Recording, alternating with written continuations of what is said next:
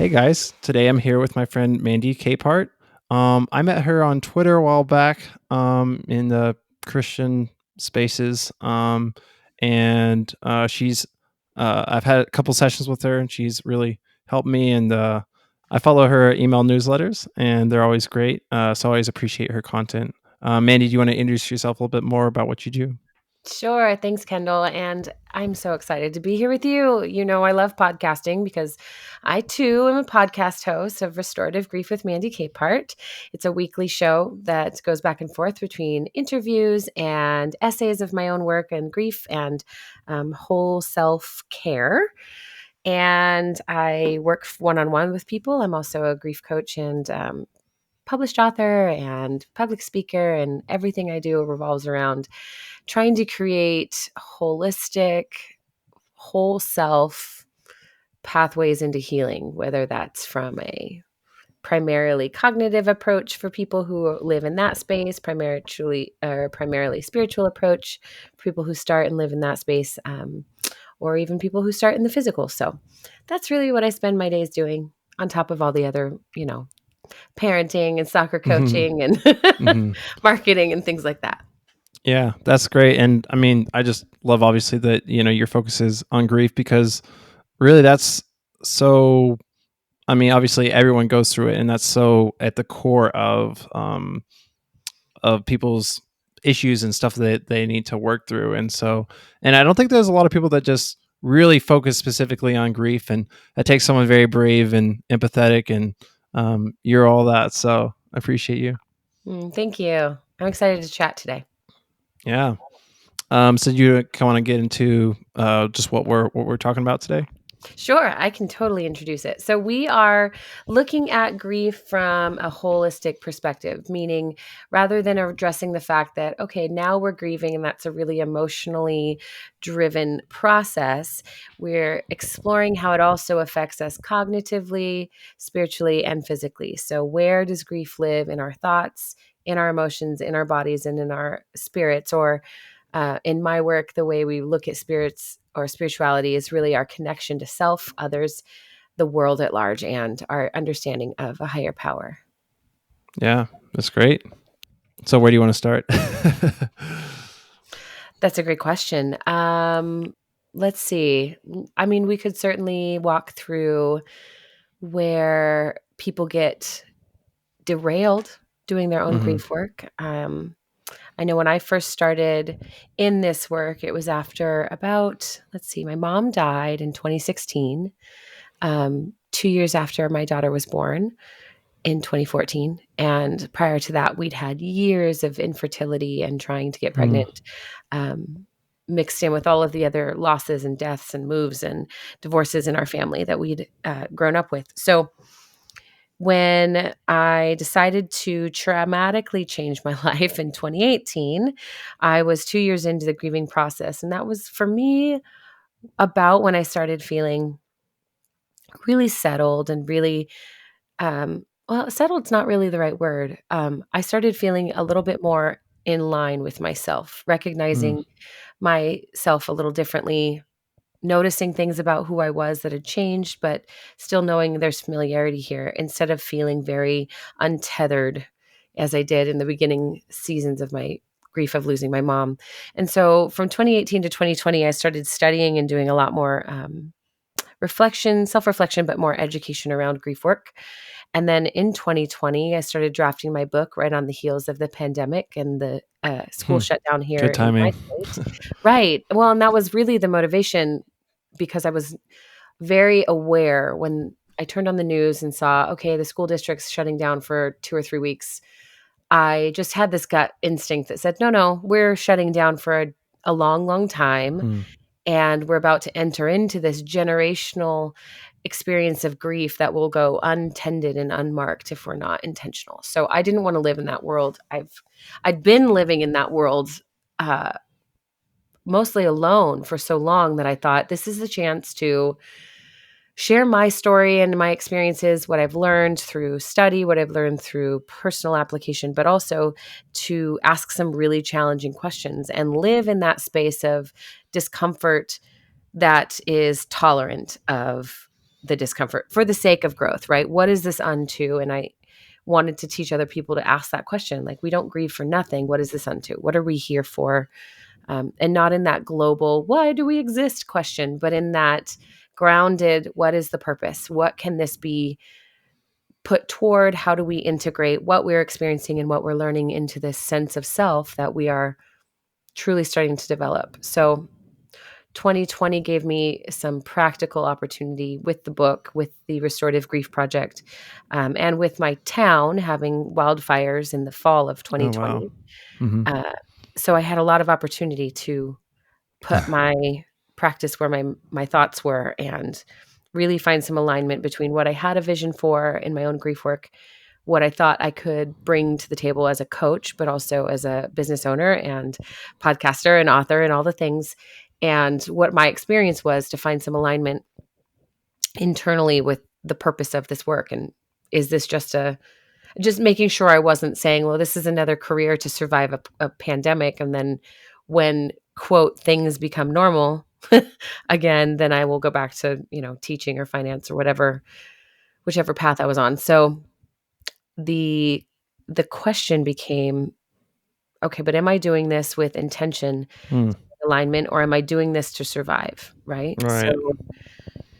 That's so important as a coach, healer, psychologist, that these type of healing things, because if we're not being authentic and it's not coming from a place of helping others, and also just like we're actually speaking our own truth rather than just reciting platitudes, then it's not going to hit home and people are going to feel that, and it's not going to be helpful to them. yeah, and that's a lot of what really motivated my practice in the first place. Out of losing my mom, I was a worship leader, heavily involved in church. I'd been a worship leader for 16 years by the time I stepped down in 2018, including having just gone to worship school and then stepping down. It's quite a change. It was. Well, and I think that that was a great transition for me to realize, oh, this no longer serves who I am. I'm not in a position, this is not the place I want to be speaking from and Hmm. leading from and influencing from. This is a former self, and that's okay. And that in itself was a grief event for me. But Mm. Hmm. the ability to grieve well in the context of faith and in specifically church cultures and community was really painful because people are not equipped to comfort, or not even comfort, but just to show up and attempt to not comfort, Right. to show up on behalf of without instruction or distraction. I Hmm. think that we, as especially in American Western culture, in the churches, are so quick to say, well, I'm praying for you, or here's a scripture that encouraged me, or this Hmm. is something that matters to me, and never stop to ask, what matters to you, sweet griever? Hmm. Would Hmm. it be useful if I were quiet and just here? Would it be useful if I shared something that means something to me, a resource or a book or a scripture? Or would it be better if I cleaned your house? We're trained to serve constantly, and we forget to turn that off and just exist.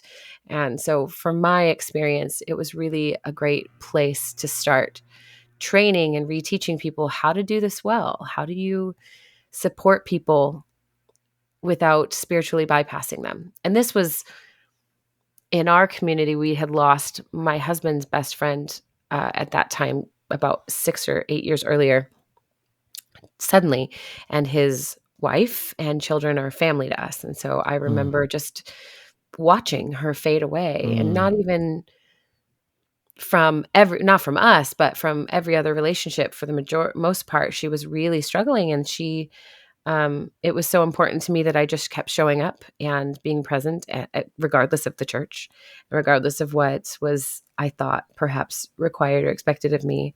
And to this day, like, we just had breakfast the other day. She's one Hmm. of the most valuable people, but it was really beautiful for me to be able to say, like, look, this that you're going through is not fair, because Hmm. if the church is going to say that we show up and we serve and we love and we create community, then they need to actually know how to do that when Right. things are complicated, instead of just when they're simple and Hmm. everybody's healthy and happy and housed and fed. Um, that those margins are where we actually need to know how to be the church and how to function in a practical application of our faith. So, yeah, it's true. That is exactly where my practice has honestly been the most challenging is within church walls. Yeah, I think that our natural tendency is to be like Job's friends. Sure. The problem is or you're sinning, or it's just a natural human thing to want to fix it. And obviously, like, first we're like, oh, we have great intentions, and a lot of times we do, but when you go deeper, it's like, oh man, I am not able to handle someone else's grief, and sitting with that, it's uncomfortable for me. So I'm going to try to fix that so I don't have to feel this. And obviously, we know trying to fix it actually most of the time makes it worse, rather than sitting with them and being empathetic, or like you said, doing things for them, and allowing them to feel the grief and process it, and not feel like an item to be fixed, and also to be rushed. Yeah, I think the spiritual bypassing description is really well captured in that story, in that tale, because they're clearly uncomfortable and upset and devastated on behalf of their friend, but also offended at what could Hmm. have happened and how things could have shaken out for someone so, beloved by God, that your life is so traumatized. It's this idea of, well, it's a false idea, this irrational thinking that we are designed and destined for comfort, and that we Mm. are um, set aside for adversity, when the truth is adversity does not discriminate. Anyone at any given time can experience great trauma and loss. And uh, unfortunately, as you see in that story, faith tends to make us feel very set aside and isolated, instead of giving us an understanding that is realistic and grounded, so that we can pursue what holistic grief work might actually look like for us, and how we can integrate it before it's even needed. How do we create and cultivate these healthier mentalities about loss, about life, about privilege, about our very existence in relation to others, without spiritually bypassing the truth and the reality of what's happening? Right, right. And I'm thinking about my own life, and my relationship with grief. Um, I think when I was young, I used to cry myself to sleep like every night, and I Mhm. felt very alone. And there's almost it was funny. I was reading something about Enneagram fours, and it's like this subtype of fours likes melancholy. I'm like, ouch. It's like I've been there. Mm. And it's just like, it's almost like, I when I was younger, I didn't know how to grieve well. It was like it was more like a self pity thing, and also just like, no one understands me, woe is me. But in that, I like kept myself in this without actually feeling and moving through it. It's like I was getting stuck in that, and I don't know if there's if you could speak into that. Like, how do you transform that into a more healthy relationship with grief? I think that you have to start with recognizing that what you're experiencing is totally normal and understandable. Even that desire to be melancholic, to appreciate melancholy, is a natural thing. And some of us are Hmm. predisposed to that way of thinking, not because we're dysfunctional or something's wrong with us, or um, we misunderstand what life is supposed to be about. Actually, I think we recognize more deeply that life is nuanced, and Hmm. there are going to be experiences. Every experience itself is going to be nuanced and have things that are both positive, that feel positive, and things that feel more negative. And I think where we start to transform that type of expression of loss is first by starting with awareness, just recognizing that it's happening, not trying to fix it or redirect it or analyze it, but just genuinely giving ourselves enough space to gain some sight, to see who we are and where we're at, and even like observe the context that we're existing within. Because otherwise, we're going to lose the plot when we start trying to fix and correct and adjust and learn new things. we have to remember that we exist in a specific context. And so for like with children, it's very different, right? Their Mhm. ability to address grief in a way that might be somatically intelligent or socially awkward, but really freeing is limited by the fact that they're kids. They can't Mhm. drive themselves into the woods for a walkabout. They can't jump on a phone and call someone internationally without permission, right? Like there's a lot of barriers. And so gaining some sight about where you start is super crucial, and having patience with that sight, what you see when you are Mhm. grieving. But really being from that spot, once you have some context and some sight about what you're experiencing, giving yourself permission to gain insight without judgment, without criticism, without shoulding on ourselves, but by saying, well, I feel very melancholic today, but I would like to feel more lighthearted by tomorrow. It's those shifting, it's catching that shoulding language and that distorted kind of irrational thought process on some things, like I will feel melancholic forever, is Mhm. a fatalistic perspective, Mhm. right? Mhm. We can demonstratively show we could that it could be true, but it's more often than not going to be true. Unless things end immediately, then our forever is much longer than we can understand right now. And so taking what we've accepted and recognizing, okay, there's insight here for me. What do I want? Who am I? What are my values? Where do I actually want to end up after this grief work? Like this is the meat and of grief work with me is recognizing like where are we at, where do we want to go, and then from there gaining support to create some actionable items out of that insight. Because it's one thing to say, wow, I'm really melancholic. It's another to say, oh, I don't want to feel this way anymore. I would like to feel safer to say, I am feeling very melancholic today, but I'm working on feeling some sunshine on my face to see if that changes internally how I feel. And then it's another to say, okay, now I'm going to make a plan to go outside and find some sunshine and put my face in it for 5 minutes without criticizing myself, without condemning how silly it might feel, without telling someone, I know it's weird, but dismissing our own decisions about testing something new. It may be that feeling sunshine on your face is not the way that your melancholy is alleviated, but you won't know until you experiment. And Mhm. from there, all of those experiments, all of that willingness, all of those moments of curiosity that we start learning new things about ourselves and practicing them, well, that's integrating healing into our daily lives. It's not going to be a destination that we aim for. It's a target that we're looking at. And as we grow and move, the target and where we aim moves with us. So that's the long and short of how I would approach that. Yeah, wow, you just hit me with it all. No, that was Yeah, you great. can just go back and re-listen. Um, 2 things that really stood out to me. One was, identifying that you're feeling a certain way, but you're not that feeling. That's not who you are, and so that helps us, Right. take a step back and separate our essence with that feeling, and so realizing that that's something that we're feeling, that we need to feel that, but it's not the core of who we are. So it's not something that we're stuck in. It's our identity forever, and that's something that we can, um, yeah, work through. And it's not that it won't come up again, but it doesn't have to be that strong and always just be. We're stuck in this moment, I guess. Well, it comes up again Yeah, as a familiar. It's something right. that you recognize more quickly to say, "Oh, right, I've been here before." Wow, the context of my life when I was feeling that way was I was a kid and I was less empowered by my circumstances, by my understanding of the world. Now, as an adult, I can see there were a lot of things I had going for me and there were a lot of things working against me. It made sense that I felt that way a lot of the time. It makes sense that I struggled to understand where the support was when I needed it.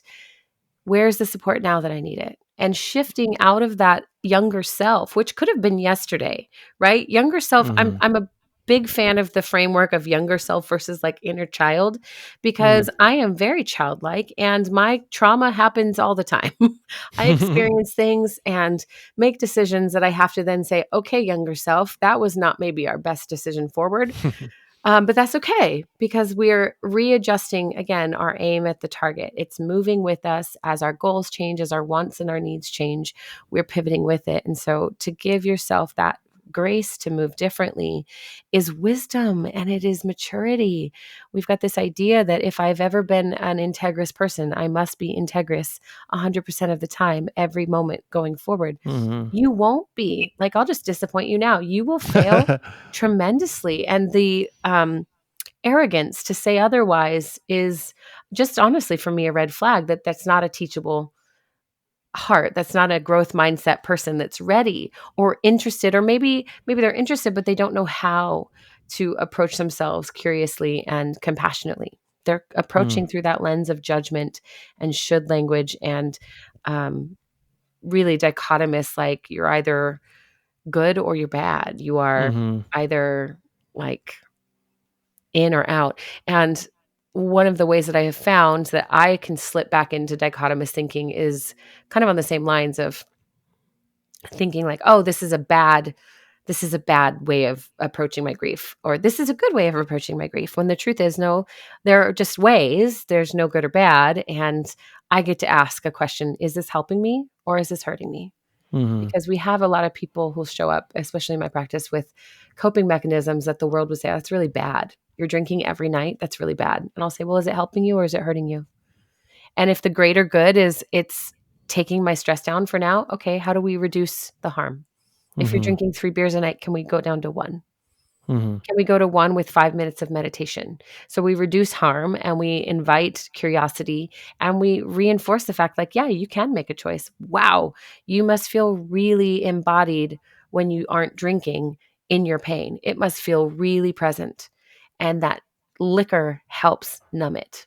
Mhm. I can understand and empathize with where you'd be instead of saying, wow, it's really bad that you're drinking so much. Like, who is going to get the better response? Who's going Mhm. to get the more helpful response? Mhm. Yeah, I think really reducing that shame language and just like, hey, what can we do to improve, and what is healthy, rather than, I think that the word sin has really been hijacked, and that it does invite a lot of shame. And so it's like, if we can think in terms of health, that just Uh-huh. helps redirect, and not that you are a bad person, but maybe the way you're acting isn't the most healthiest or helpful way for you. And so how can we reduce that slowly, while giving ourselves that grace and that love, through a hard situation. Right. I really shy away from even the word sin Hmm. 100% when I'm doing this work because it has been used so poorly for behavior management, and that is absolutely the last thing I want to do. Behavior Hmm. management has to be internal. It has to be. And if someone's making a choice that I think is wrong, who the hell am I to put myself in front of them and point fingers and condemn when trauma informed work says, I recognize that you have experienced and survived so much. And my job is not to reactivate you or to bring something to the surface that distracts us from the purpose of working together. My job is to show up on your behalf, right there with you, alongside you, while you decide what do you want to focus on. Because at any given moment, all of us are grieving different things. And we Hmm. can say that, well, I'm grieving the loss of my mom and the loss of a job and the loss of freedom through the pandemic and loss of friends from COVID-19 and the loss of community through leaving my church and the loss of connection in my household because, wow, we're together all the time. And so we just don't want to like be intentional with each other all the time because we're constantly on top, right? And so there's a lot of things we're grieving that have different levels of intensity and different impacts on our lives. If I were then to say, oh, by the way, all of your grieving against other people, like all of your frustration against someone else, that is a sin. And not attending church anymore, oh, that's a sin. Listen, that is for someone else's time at the table. Like, I Hmm. don't even care. Not because I don't care, but because the relevance to someone's whole self, finding integration here and now has nothing to do with their decision about how they feel of their faith practice after the fact, right? So if a Hmm. faith practice is harming someone's grief work, I remove it from the conversation. If someone's grief process is helped by their faith and they're not spiritually bypassing themselves and they have a good connection to their faith where they feel really grounded, then 100% will involve it. But most often, people who are grieving are also questioning their faith because Mm. we don't realize, we really don't talk a whole lot about secondary losses. So, like my mom dying of cancer, I distinctly remember being at her bedside in hospice care, and the nurses wouldn't come into the room. And if they did, they would be covered head to toe. And I wasn't. And I didn't Mm. understand why I wasn't asked to do this if they're asked to do it. So part of me didn't take it seriously. And the other part of me didn't understand why they were treating her like someone who was highly infectious. And they said, well, she has this viral infection that can be communicated through touch. And I thought, well, I've Mhm. been here holding my mom's hand and no one said anything to me. Mhm. That's interesting. But then after the fact, after she died, that was the last time I got to interact with her before she died. And I remember kicking myself over and over saying, if I just laid hands on her and prayed, would she have lived? And I Mhm. cannot tell you the depth of pain my spiritual practice experienced and my faith went through great loss and trauma in and of itself because not only no, I can say without a doubt, it would not have like healed her instantly. And Mhm. then at the same time, I would spend hours questioning if I believed that that was true because I had empirical evidence on both sides, right? Mhm. And so I think we fail to recognize that our secondary losses, such as questioning our faith or loss of community, loss of people who we thought would be there and they aren't, loss of our sense of self because my identity was absolutely enrobed in my faith practice and all of that had to get torn down before I could Mm. even consider looking at faith or addressing my grief. And I go through a lot of that in my book too, just talking about how I got to a place where I could still approach any type of faith practice or expression of my beliefs. Um, but but the word sin is just so loaded and critical, and it's intended to be divisive. It's a unit. It's a tool of division Mhm. because it quite literally is someone saying, "I'm separating you." From Mm. that which I deem to be worthy and what I believe to be unworthy. And again, it's another false dichotomy that invites us to be critical and harsh when what we need is compassion and understanding and softness to fall apart. Mhm. Yeah, it's really interesting thinking back to my own life again. Kind of when I had my awakening, and then also being put in the hospital and put in a psych ward and put on meds, and my life kind of falling apart. And then after that, just really craving that experience with God, that high that I had, but feeling the opposite, feeling so disconnected. And also just like, man, that experience was so powerful, and also just like it felt more real to what life is. And so now all my boxes of what reality is are broken. And so um grieving the loss of my understanding of reality and of religion, and also just, yeah, that collapsing of my life. And so, sorry, I don't want to like get in my soapbox here, but I No. guess what I'm thinking of is that it took me 5 years to be able to approach thinking about religion and God, and my upbringing, and what did I think about that now, and going through this mentally. I had to first deal with my emotions and stuff like that before I could even think about that stuff. So um yeah, it does seem like that, first we have to deal with the emotions and the grief. But then, like you said, there is a secondary, it does cause us to question our beliefs and understanding of our beliefs in Christianity or whatever. And so that's something that we also need to address and hold grace for people with.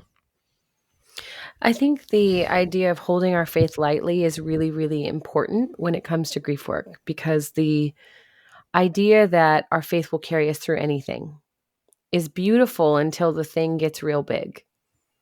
It's beautiful until we realize the sermons we've listened to and the structure we've given to our lives is really dependent on our circumstances and our financial security, right? And this is my experience in Western Christianity speaking here, but Mm-hmm. the the way we have set ourselves up to fall is from such a higher platform because we do not understand how to be uncomfortable and how to grieve. We Mm. celebrate Mhm. life every single week so highly and speak so strongly of the right kind of life, not just life itself, but the correctly lived right Mm. life. Mhm. That we've lost the plot of grace. But more than that, we've completely disassociated ourselves from a culture that comprehends honoring the death and dying process, honoring people who have passed, honoring people who are transitioning from this life into whatever comes next. We've become Mhm. so obsessed with defining what comes next or defining what successful life looks like.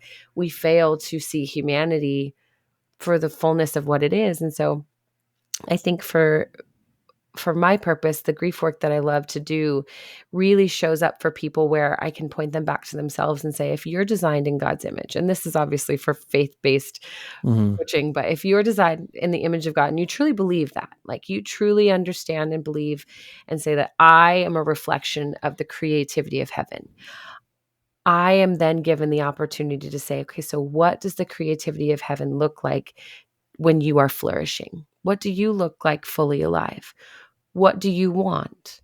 And pointing clients towards value work and really asking, well, what are your values right now? Not your overarching values of I'm faithful, I'm kind, I'm principled, I'm consistent, whatever. And those are all four great values. But in this season, in this moment where you are grieving a great loss, where you are transitioning in your faith practices, where you are finding a new community, where you are feeling really overwhelmed because all of a sudden your childhood stories, your younger self is asking for some attention and is getting some attention. And now you're learning what that thing is in your body that's been hurting.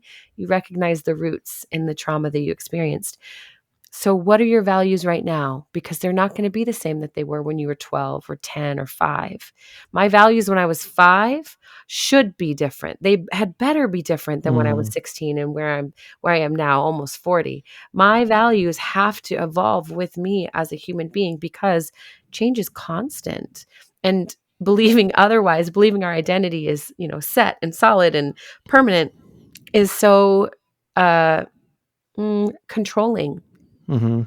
and fatalistic that it limits our ability to heal and Mhm. to experience that fullness of the creativity of heaven. So Mhm. that value work, I mean, if I was going to leave anybody with any tool, right, just because that's what I love to do, Mhm. it's to look up value, is to just do some value work. So meaning look up a whole list of core values and start pulling them apart. Like sometimes maybe you make a list or maybe you make cards and you write all these different values that have mattered, and the ones that really you read them and you just start to feel it in your guts, in your chest, your body responds. Like you feel whether it's a lightness or a tingling or like a sometimes people feel really lightheaded when they find this value that truly resonates with where they're at.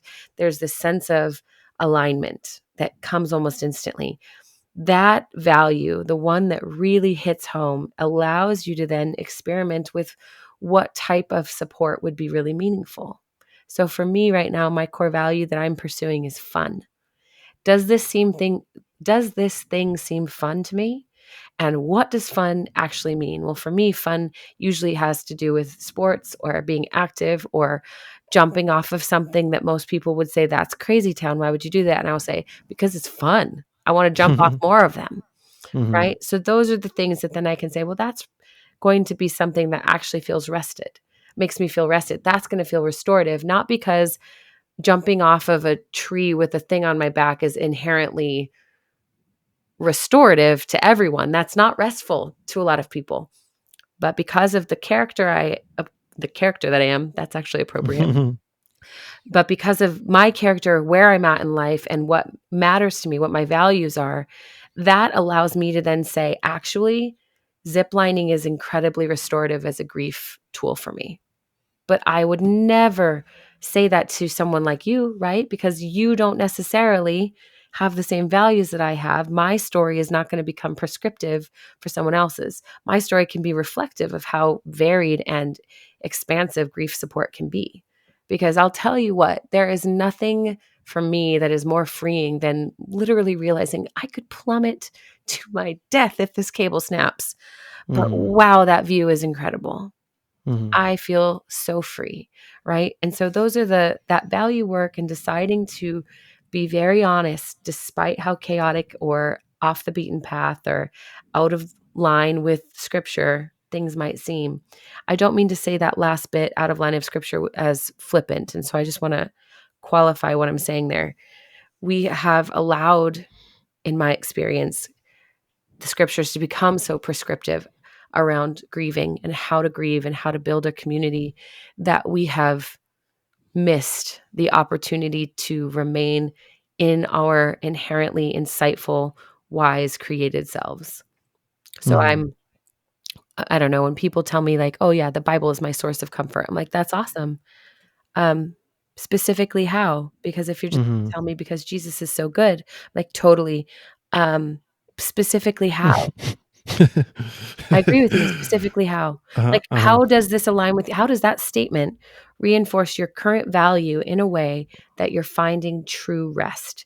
That you're Mhm. truly saying, "I am leaning in to what I need," in a way that isn't just like me saying, "Oh, I need to go spend $300." No, like, and do something that I want. Like, you are truly finding rest and alignment, not because Jesus is faithful and gave you $500 in a check in the mail, because you're doing something that's accessible, right, to all people. So self-care and healing work, if it's truly restorative, it's gonna be accessible on the whole, which is why I'm very aware that ziplining is not, like, true self-care because that's something accessible to people with money to do it, right, and a Mhm. body that can do that thing, and that's not everybody. But, okay, you can say that Jesus is my comfort. That's accessible to anybody that wants to approach that. But what does that actually mean for you? Mhm. Um, yeah. Yeah, Sorry, I I got a little off topic there. Ranty. That's fine. That was great. I think underlying current in all this is and maybe one of your strengths is giving people the permission to listen to themselves and um, to find what they need and what's healthy for them. I think one harmful thing that Christianity sometimes teaches is to be um, it's not only selfless. It's like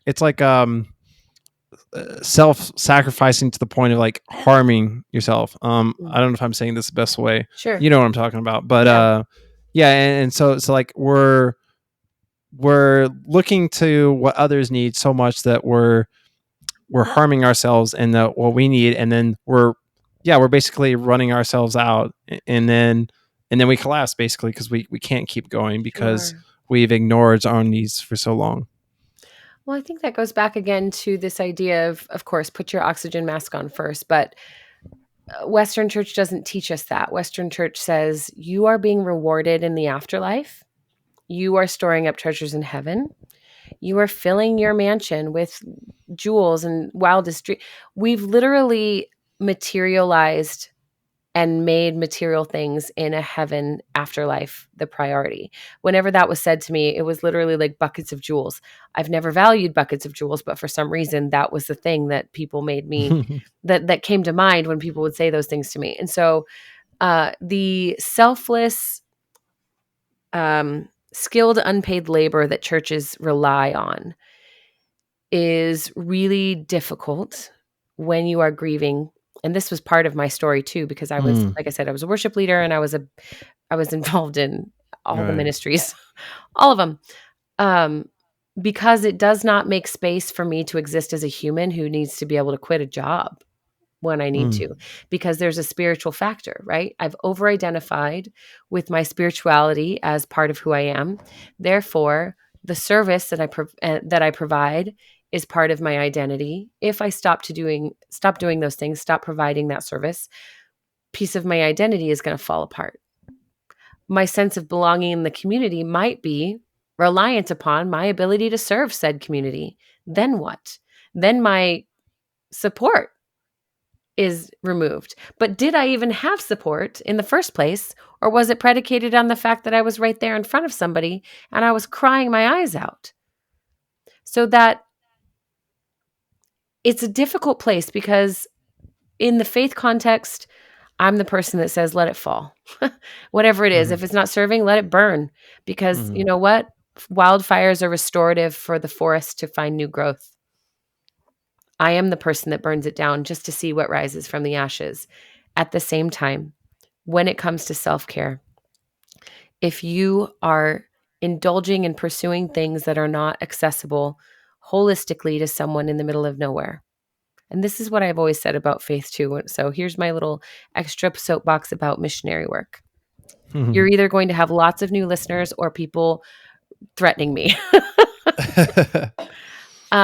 If it is not something that is available to everyone everywhere in that moment, regardless of language, regardless of finance, regardless of access, then it's not actually coming from the Lord.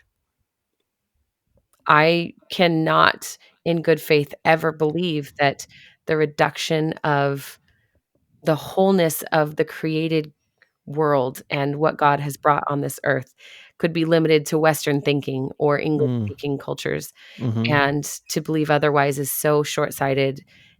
And that, and to believe that I have figured it out to the point where I could go and teach it to other people. I'm sorry. I've got a very strong understanding of intuition and Holy Spirit telling me, yeah, there's wisdom that's bigger than my understanding. So how does that apply to grief? Um, because the same thing is true with grief work. If we get prescriptive and we believe that we have it figured out, we have immediately failed. I can Mm. have a pathway forward that serves me, that worked really well for me. And my job is not to be someone's guru and teach them what's going to work for them. My job is to teach them how to ask the right questions, teach Mm. them how to think differently outside of the dichotomous framework that a lot of us in Western culture, regardless of whether we've been in the church or not, are positioned to believe. It's why we have two main political parties. It's why we say things are good or bad. It's why we, say school or homeschool. Those are the only options. Not Mhm. true, right? So there's so many places where we've created a false dichotomy and allowed our brains to really live in that space instead of becoming so curious that we don't have any answers by the end of the day, and that Mhm. actually feels really freeing. Yeah. I think I got off topic on your question, but No, no, that was great. To kind of go, you're just talking about dualistic thinking versus like oneness, and that there's a mystery to it, and there's a unfolding and paradox and all that. yeah. And that just allows for so much more freedom. Going back to what you said about missionaries, the second episode I had was my friend who was a missionary's kid for a long time in Africa, and then grew Mm. up to be a missionary in Africa, Mhm. and how he came to the same realization. And um, yeah, he's moved on from that. And obviously, there's a lot of good things about missionary work, but I am in agreement with you that, um, you know, everybody has that intuition, and I would say, the Holy Spirit within them, and that knows what's best in their context, for them, and so we can. We can bury that by saying, "Hey, we have the answers, you don't," and that's very harmful. Yeah. Yeah, good. Being able to restore someone's autonomy inside of grief work, even outside of grief work, means that we're teaching them to trust themselves, that we're Hmm. allowing them to be considered trustworthy people instead of, that Calvinistic thinking that, well, no one is good, everyone is bad, everyone is garbage, no Right. one is trustworthy. Well, if no one is Hmm. trustworthy, then your words aren't trustworthy. Like what you're saying that I'm not. It It's just a it loop. Yeah, it is. And it when I was young, I remember hearing that thing and just questioning it so quickly and then Hmm. immediately putting it aside. And in the last few years, and maybe it's just because I've been more active on things like Twitter and other Hmm. social media platforms that I'm seeing it a lot more, but it astounds me how we're so quick to protect the black and white distorted thinking because it feels safe when the reality is the first moment of grief that is going to shatter, and it will be such a Hmm. further fall from where you are to what you realize to be true after grief. If instead we could just decide now that learning about grief, gaining some grief literacy, and understanding how we as human beings work, how the brain actually works, how it actually learns, based on all, thousands of years of different types of research, as opposed to, well, we think this is true, so we're just going to go with it and stick with it for as long as it works. Hmm. That's fine. It just it makes for a really strong learning curve when really long and steep learning curve rather, Mhm. when we are faced with loss that just wrecks our whole sense of self. Right. I want to talk or ask about how, obviously it's good to um, feel into ourselves and what do we need and what's healthy. But obviously, we're not just individuals; we're communities, we're relationships, and so Yeah. how do we balance, you know, thinking about others and what's healthy for them and helpful? Because we're not always going to be able to meet our needs perfectly. It's not a perfect world, so yeah, how do you reconcile those things? Meaning when you're grieving or whenever? Yeah, or just any time, just like how do you balance others' needs versus your own? Boundaries. There's a lot of people who don't know that they need boundaries until the uh, rubber meets the road and they realize, oh God, I've never learned to drive this vehicle. Um, Boundary work is so important to me, to the degree that the other day a coworker said, I know you really like boundaries and I appreciate you setting that one. I'm going to go ahead and set this one for myself and you can follow through however you'd like. And I was just like, I don't even care that our boundaries are different. I'm so in awe of being able to create an environment in my workplace that I can say, I am very boundaried. That doesn't mean I'm guarded. It doesn't mean I have walls up. It means I know where I'm willing to go and where I'm not. For example, I have a connection to a young person in my community who is unhoused right now. And former me would live in guilt knowing that I'm at my house right now and there's a futon in my office. Former me would do everything and give everything and compromise everything to make sure I was sacrificing unto the degree that I thought was appropriate for the um, well being of that person, regardless of the harm it might have put me in. I love them to death, but I have roommates that used to do that. And I would come home and someone new was living in our house. And it made me so scared. And then I would shame myself for being afraid of someone. And the reality was, no, actually, your roommate brought a stranger into your home that they also did not know, out of Mhm, this well intentioned and beautiful sense of love and community, but the truth is we didn't know anything about them, right? So mhm, boundaries on the front end of that would look like, if you come across someone who really needs support and you want to offer them housing, you need to make it, as your roommate, as someone living in this house, I am not in agreement with bringing someone else in to sleep on our couch without meeting them ahead of time first, right? Or mhm, someone that we know is different. So the same thing with the gal that I know. My boundary ahead of time is, if someone is in need, this is the dollar amount I'm prepared to pull out of my savings for this person. These are the resources I have on hand that I'm willing to give. They can all go to one person. That's fine.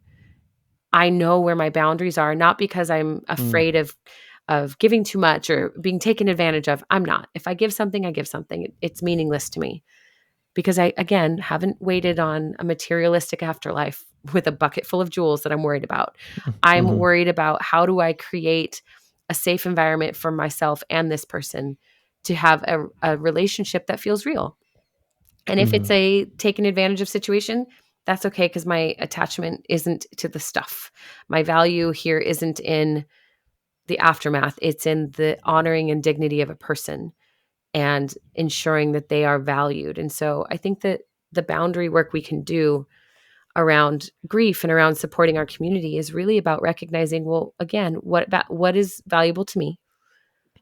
How do I honor my own values and my own sense of independent but relational self that needs connection, that needs to know and contribute, but also knows that my boundaries are just as valid. My needs are just as valid. That's the thing that I think we've gotten away from, at least in Western culture, is this idea that our values or our sense of self, our needs are just as important. I mhm, mean, we have people from church stages saying the opposite all the time.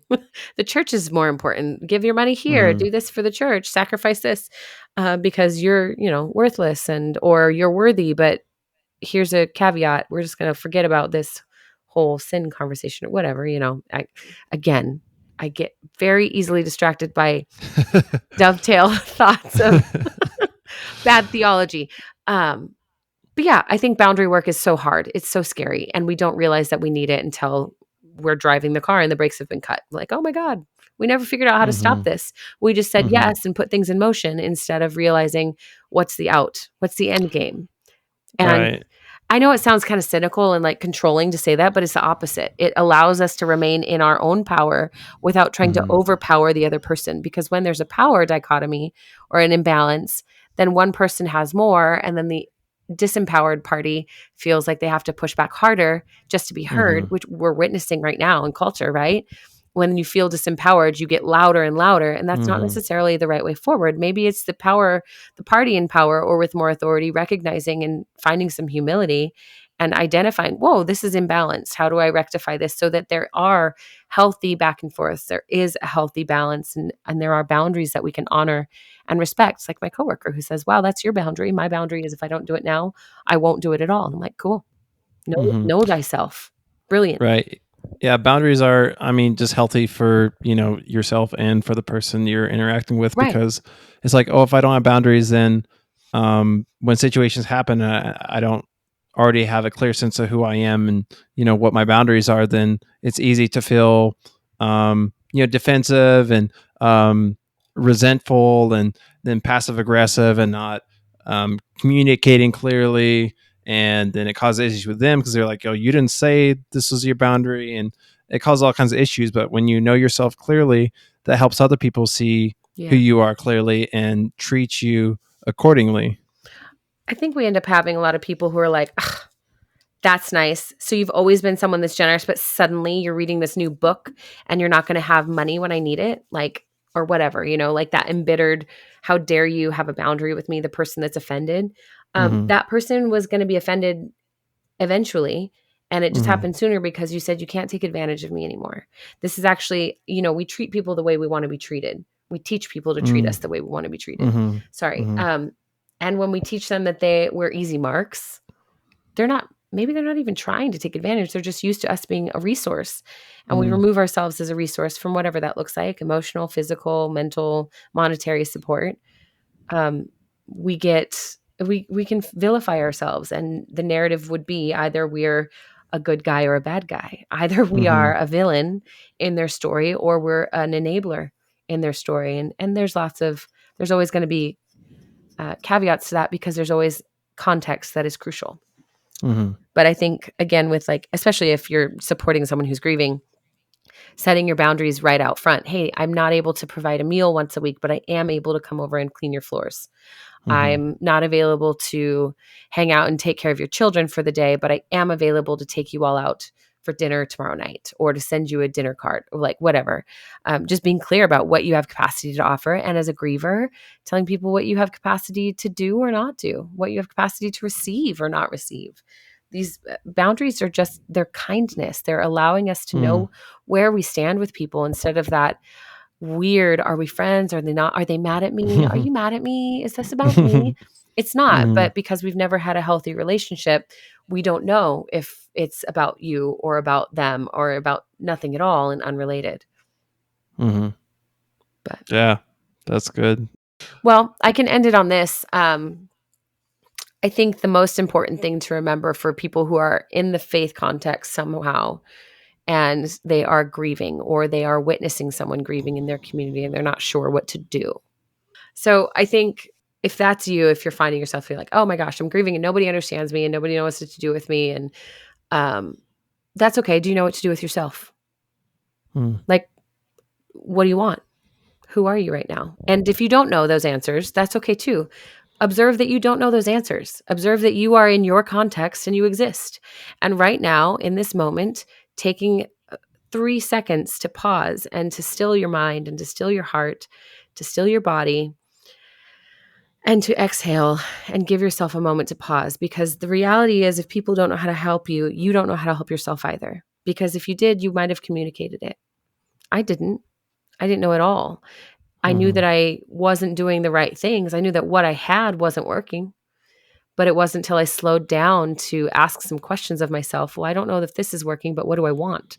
How do I want to feel? We always say we want to feel better. Well, what if we just want to feel differently? What if it's not better or worse? Again, what if it's not good or bad? What if it's just true? It's just real. And well, what do I want my reality to be becomes the question.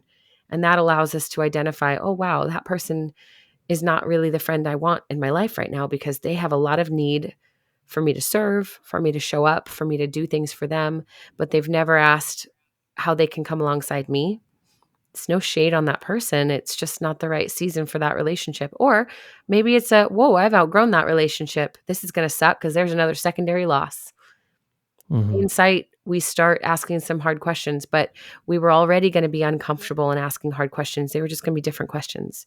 So I'm a big fan of like, hey, disrupt your whole life, ask some hard questions and see what shakes out. Because if there is something I believe about understanding of God, it's that you won't be left isolated in your confusion. You won't be given answers necessarily.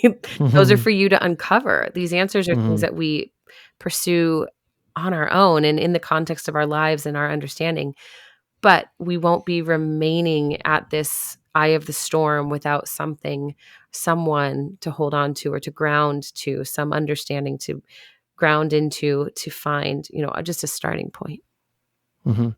Yeah, that's great. I don't think nothing is wasted. God is always working good through everything, and we can always learn Mm, and grow through it all. So, mm, yeah, I appreciate your wisdom and your friendship and all the ways you've helped me. And I think you really, as best we can understand grief well and how to help others, empower them to find those answers within themselves and do the yeah. healing work. Yeah. You're welcome. And it's always so lovely to talk with you, Kendall. So I'm so glad you started this podcast. Yeah, yeah. Thanks for coming on. Yeah.